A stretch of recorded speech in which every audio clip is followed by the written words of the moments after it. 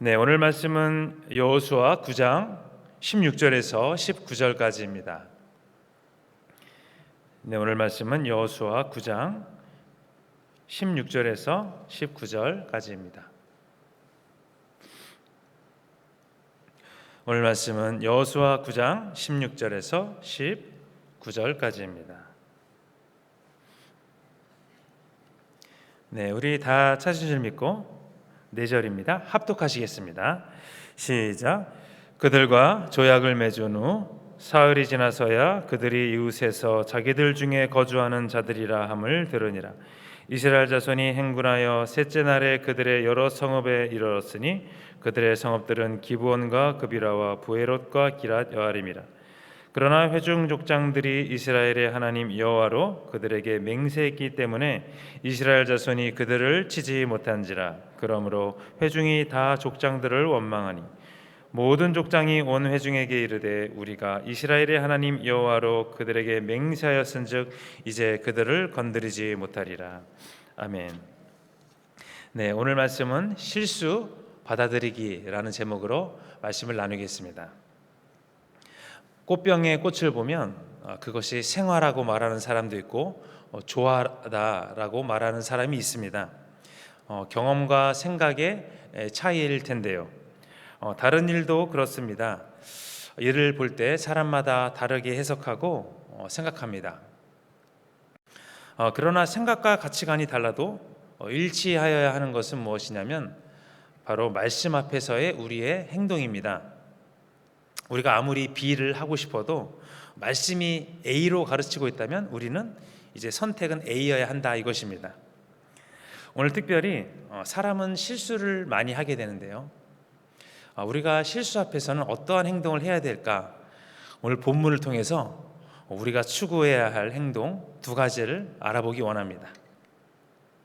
첫 번째입니다. 실수할 때 우리가 인정하고 책임져야 합니다. 오늘 이스라엘 백성은 그 기브온 백성들을 살려준 3일이 지난 후에 바로 자신들이 우리들이 실수했구나 이것을 깨달았습니다. 속았다는 것을 알게 된 거죠. 17절에 보시면 그 기브온 주민들이 살고 있는 동네가 나오는데요. 바로 말씀드린 기브온, 그비라, 부에롯, 기랏 여아림 이게 소개됩니다. 그런데 이스라엘 백성은 그 자신들 가운데 있는 그 기브온 주민들을 칠 수 없음으로 인하여 그 회중의 족장들을 이제 원망하게 됩니다. 이미 그들은 그 기브온 주민들을 이제 멸절하기로 했는데 그렇게 하지 아니하고 바로 주민들을 살려줄 것을 하나님 앞에 맹세했기 때문입니다. 여기서 우리가 민수기 전반부에 나오는 그 이스라엘 백성들이 원망하는 것이 다시 나타나는데요. 바로 그 출애굽 1세대가 원망 불평을 했지요. 참 이것은 파괴적이었습니다. 그러나 바로 이 여호수아에 나오는 바로 이 원망은 성격이 조금 이제 다릅니다. 뭐냐면 이제 기브온 주민들을 살려준 이스라엘 족장들에 대해서 백성들이 그 마땅히 문제 제기를 해야만 했기 때문입니다. 원망하고 불평이 됐죠. 하나님 말씀을 어겼기 때문에. 회중 족장들은 그 자신들이 하나님의 이름으로 맹세하고 기브온 주민과 조약을 맺었기 때문에 더 이상 그들을 이제 건드릴 수가 없다. 이것입니다.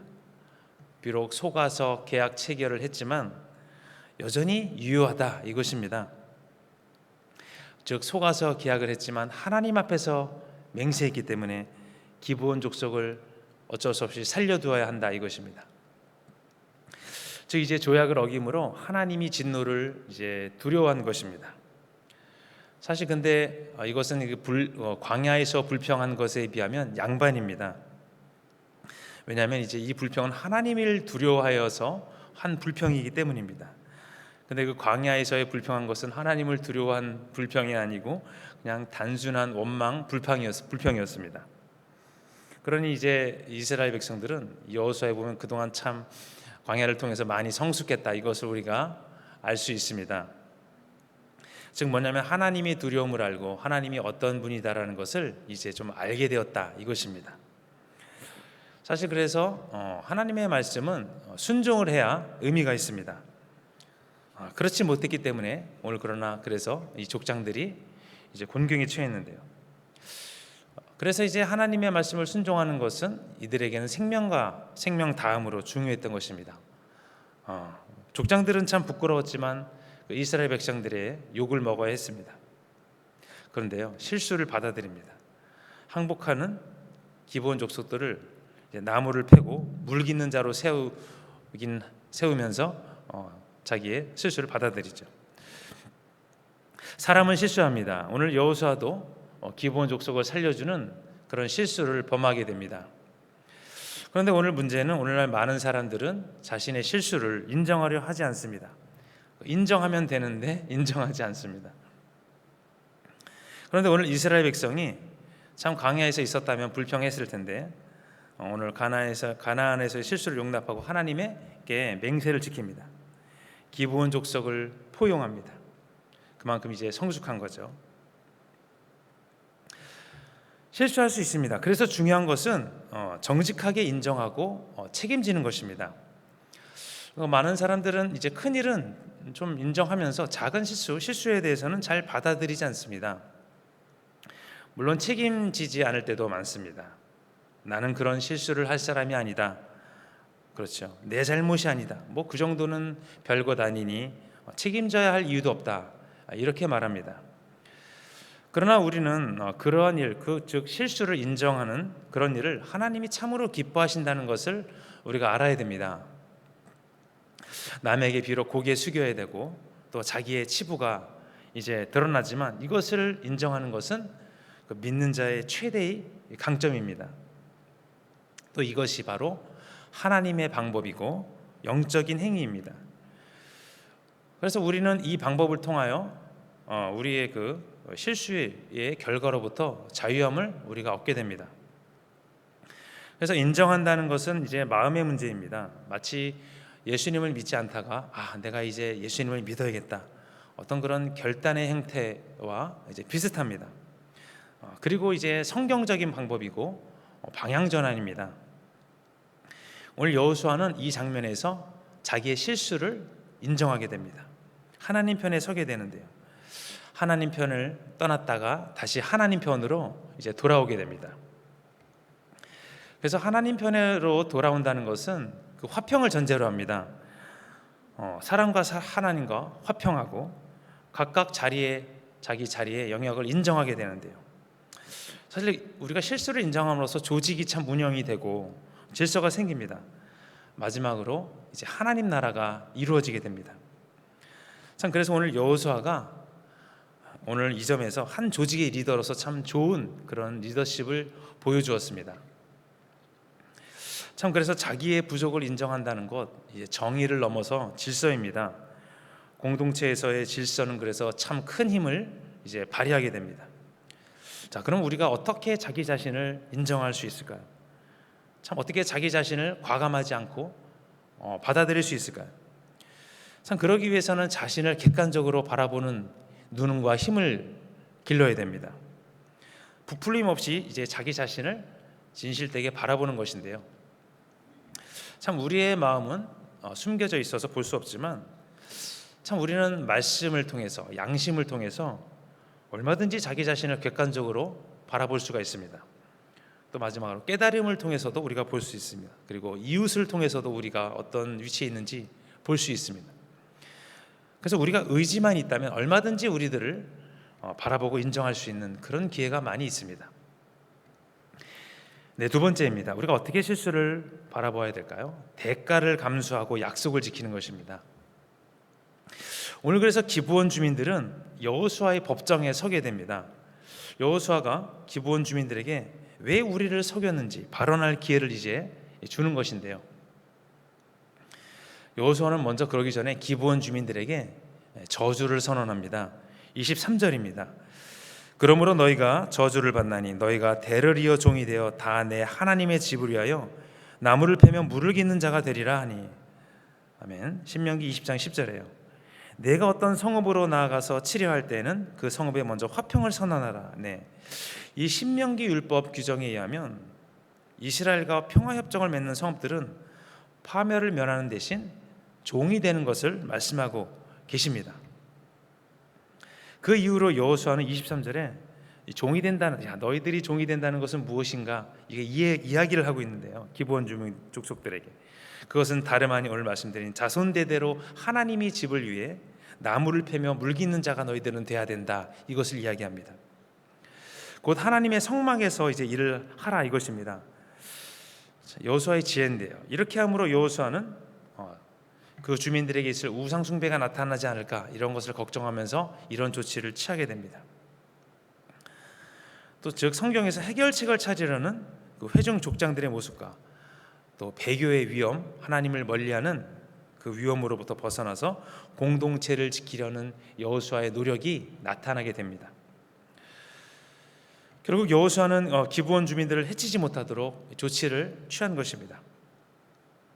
나중에 이제 기브온 주민들의 그 성읍은 레이 성읍도 되고 기브온 산당도 되고, 또 나중에 그 느헤미야를 도와서 성벽을 건축하는 일에 앞장서게 되는데요. 결국 그 족장들은 순종하지 않았지만 하나님은 화를 복으로 바꾸게 됩니다. 그래서 사실 하나님의 목적은 그 기브온 주민들의 인정 청소를 목적으로 하는 것이 아니라 정말 진정한 제사장의 나라를 세워야 되겠다, 이것을 말하신 것인데요. 참 그러니 하나님의 백성은요, 참 우리가 책임을 지고 그것을 최선을 다하려 지키려 하는 그 노력이 이제 필요한 것입니다.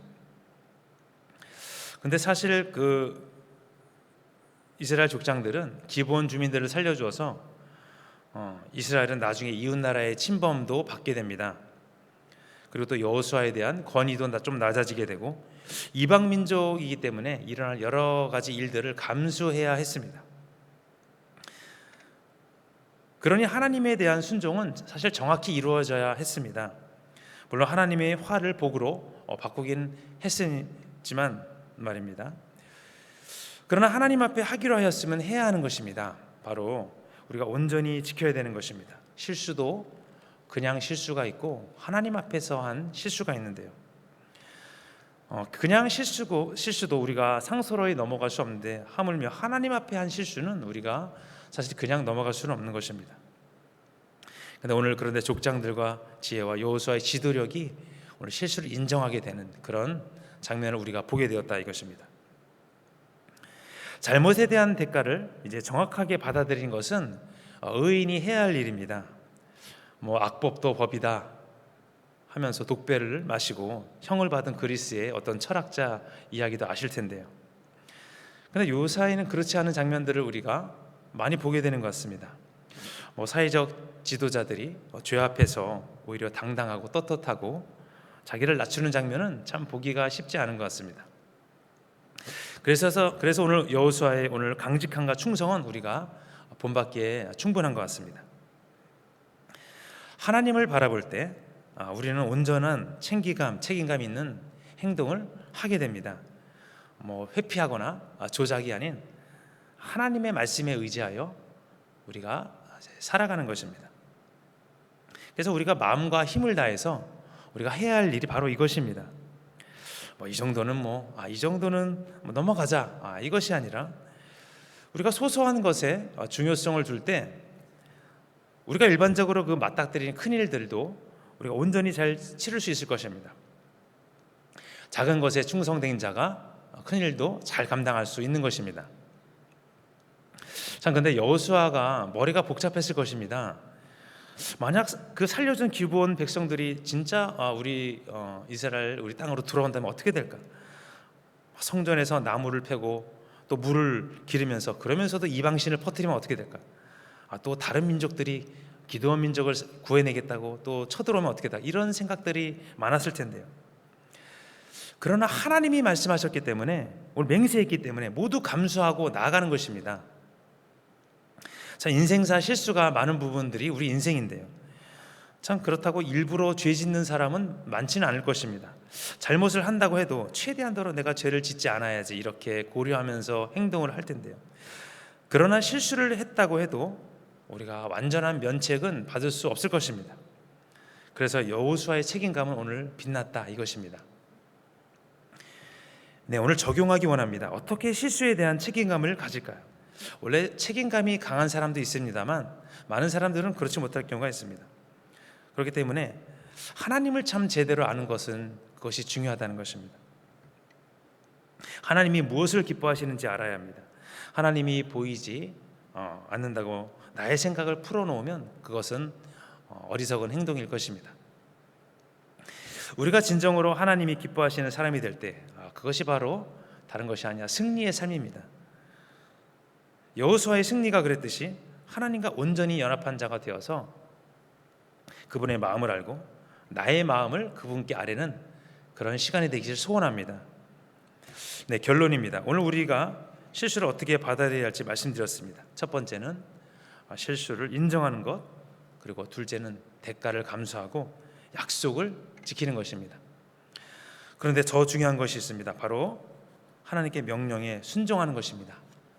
99.9%의 순종이 아니라 100% 순종입니다.